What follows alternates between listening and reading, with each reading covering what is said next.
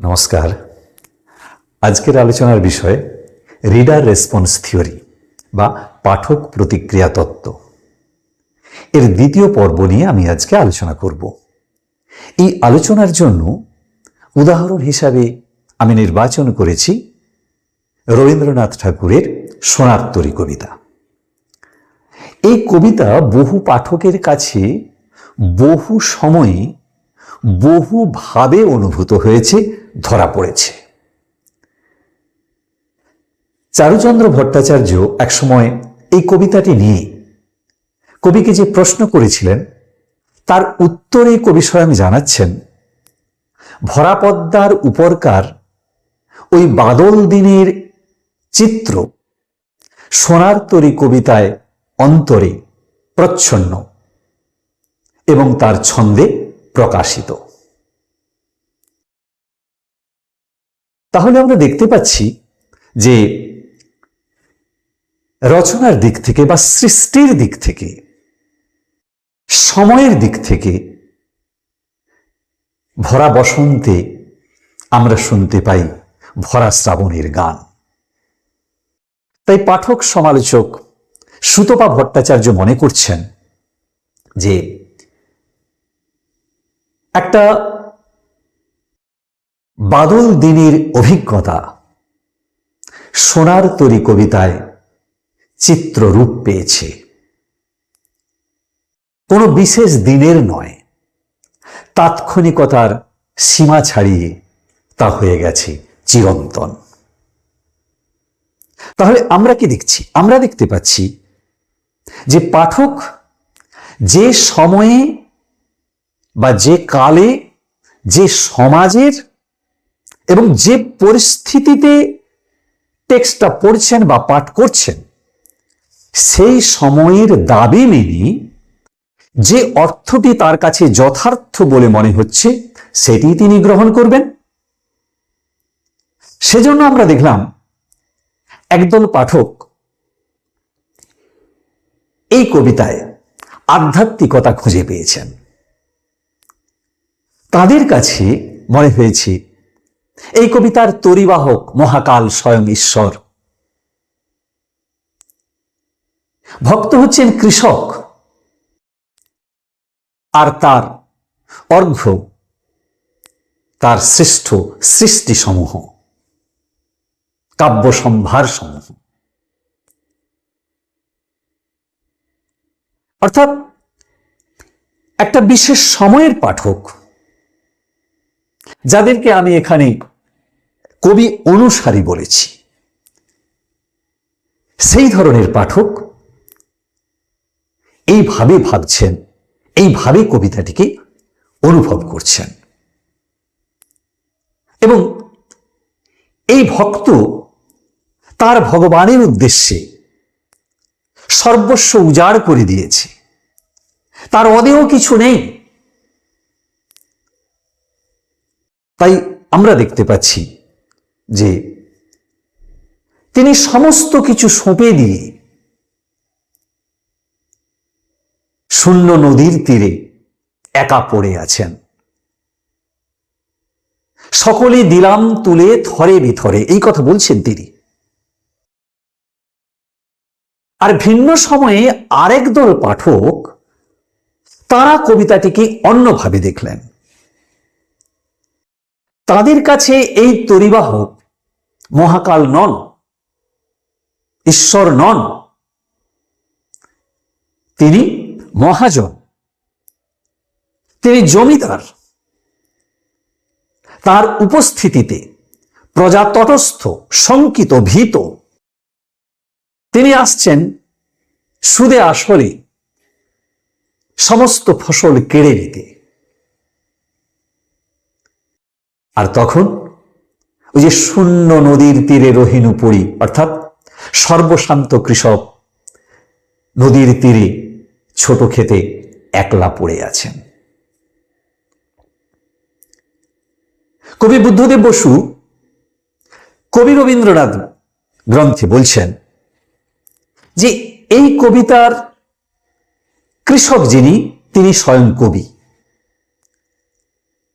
রাশি রাশি ধান তার শ্রেষ্ঠ সৃষ্টি সমূহ, কাব্য সমূহ, কবিতা, গল্প, উপন্যাস যা কিছু আছে,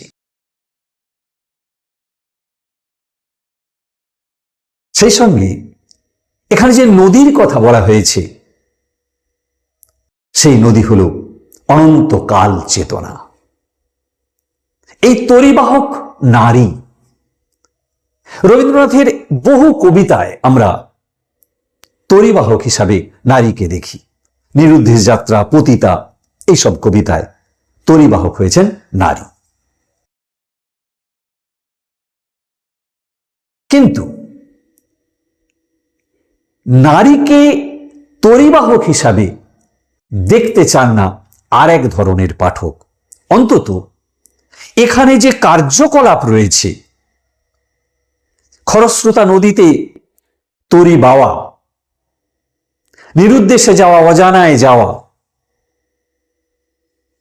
কোথা যাও কোন বিদেশে, এই সবটা মিলিয়ে এই ধরনের পাঠক এই তরিবাহককে নারী বলতে চাইলেন না। সুতরাং পাঠক যে পরিস্থিতিতে বা যে সময়ে, সেই পরিস্থিতি তার রাজনৈতিক হতে পারে, তার অর্থনৈতিক হতে পারে, যে পরিকাঠামোর মধ্যে তিনি পাঠ করছেন, সেই অনুসারে পাঠক তার টেক্সটের প্রতি অনুভূতি প্রবণ হবেন, পাঠক তার প্রতিক্রিয়া ব্যক্ত করবেন। আমি সকলের সুবিধার্থে কবিতার চরণ, কবি আর কবি অনুসারী পাঠক এবং ভিন্ন সময় ও সমাজের পাঠকের কি অনুভূতি, সেগুলো লিখে দিয়েছি। তবে আপনাদের কাছে একটা অনুরোধ, সেটা হচ্ছে এইটা বুঝতে সহায়ক করবে আমার আগের ভিডিওটি। এই রিডার রেসপন্স থিওরি নিয়ে আমি আরেকটা যে আগে যে পর্বটা আপনাদের দিয়েছি, সেই পর্বের আলোচনা এইটা বুঝতে বেশ সাহায্য করবে আপনাদের। যদি পারেন আপনারা, তাহলে আগের পর্বটা একটু দেখে নিলে ভালো হয়। তাহলে চলুন দেখি। কবিতার চরণে বলা হয়েছে, গগনে গরজে মেঘ ঘন বরষা, আবার বলা হচ্ছে শ্রাবণ গগন ঘিরে ঘন মেঘ ঘুরে ফিরে। এটা একটা বিশেষ দিনের কথা, শ্রাবণ সময়ের বিশেষ দিনের ছবি। কবি অনুসারী পাঠক এটা বলছেন, আর ভিন্ন সময়ের পাঠক কি বলছেন? তার কাছে এটা তাৎক্ষণিকতার সীমা ছাড়িয়ে তা চিরন্তর। আর শ্রাবণ গগন ঘিরে ঘন মেঘ ঘুরে ফিরে, এটা হচ্ছে কর্মক্ষেত্রে বাধা। সময়টা কখন? ফাল্গুন, 1298 বঙ্গাব্দ, বসন্ত, ভরা শ্রাবণের গান। অনুসারী পাঠক। আর ভিন্ন সময়ের পাঠক কি বলছেন? এটা সাময়িক হয়েও চিরকালের হয়ে যাচ্ছে। তার কাছে কবিতাটা চিরকালের, চিরদিনের।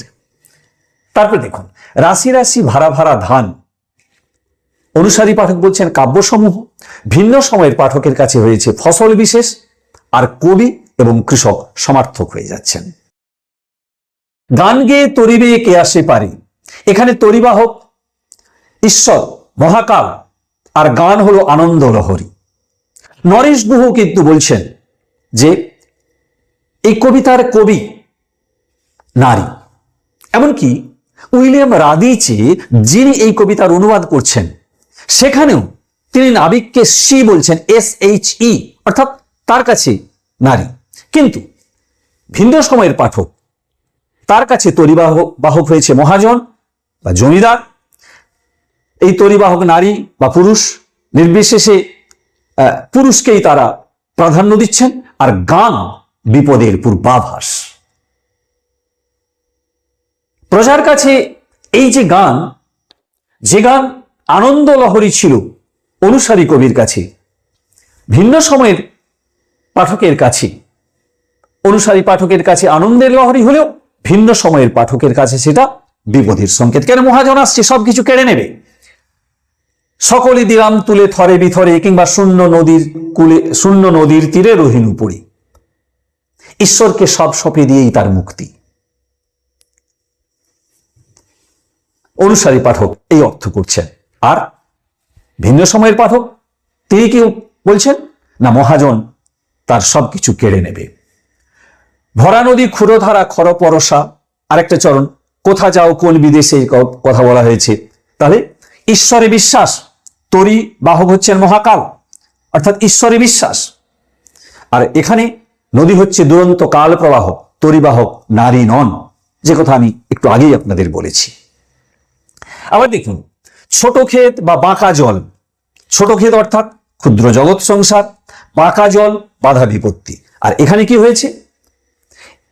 এই যে ছোট ক্ষেত, এটা হয়েছে এই ছোট ক্ষেত, দেখুন এই ছোট ক্ষেত এখানে হয়েছে মানুষের সীমিত কর্মক্ষেত্র, আর বাঁকা জল হয়েছে কর্মে বাধা। সোজাসুজি দেখুন, দেখতে পাচ্ছেন সোনার ধান, সোনার তরি, আমি বা আমার, এই যে শব্দগুলো, সোনার ধান হয়েছে অক্ষয় কীর্তি, সোনার তরি অনন্ত সৌন্দর্য চেতনা, আর আমি এবং আমার এটা হয়েছে ভোগবাদী মানুষ, আর সোনার ধান কৃষকের শ্রমের ফসল। আর এই যে চরণটি, আমি চরণের অংশটা দিয়েছি, এখন আমারে লহ করুণা করে, অনুসারী পাঠক বা ঈশ্বর বিশ্বাসী পাঠকের কাছে এই কবিতা ঈশ্বর বিশ্বাসের কবিতা, আর ঈশ্বর অবিশ্বাসের কাছে, যিনি অবিশ্বাসী ভিন্ন সময়ের পাঠক, তার কাছে প্রজা শোষণের কবিতা। আর এই নাবিক যদি নারী হয়, তখন তার কাছে এই কবিতায় প্রেম ভাবনা বা প্রেম বোধ ফুটে উঠতে দেখি। সুতরাং আমরা দেখতে পাচ্ছি যে ভিন্ন সময়ে ভিন্ন পরিস্থিতির পাঠক তার পরিস্থিতি, তার সময়ের দাবি মেনে তার প্রতিক্রিয়া ব্যক্ত করছেন, তার পাঠের অর্থ তিনি প্রকাশ করছেন। এবং প্রসঙ্গত আরেকটি কথা আমি বলতে পারি, সেটি হচ্ছে এই যে শূন্য নদীর কূলে রহিনু পড়ি, যাহা ছিল নিয়ে গেল সোনার তরি, শূন্য নদীর কূলে রহিনু পড়ি। এই জায়গাটি খুব লক্ষণীয়। কেন এই শূন্যতা? নিজের মধ্যে নিজের অনুভবের শূন্যতা। তাহলে বন্ধুরা, আশা করি বিষয়টি আপনাদের বোঝাতে পেরেছি, এবং এই বিষয়ে আমার পাশে থাকার জন্য, আমাকে সহযোগিতা করার জন্য সবাইকে অনেক ধন্যবাদ। সবাই ভালো থাকবেন। নমস্কার।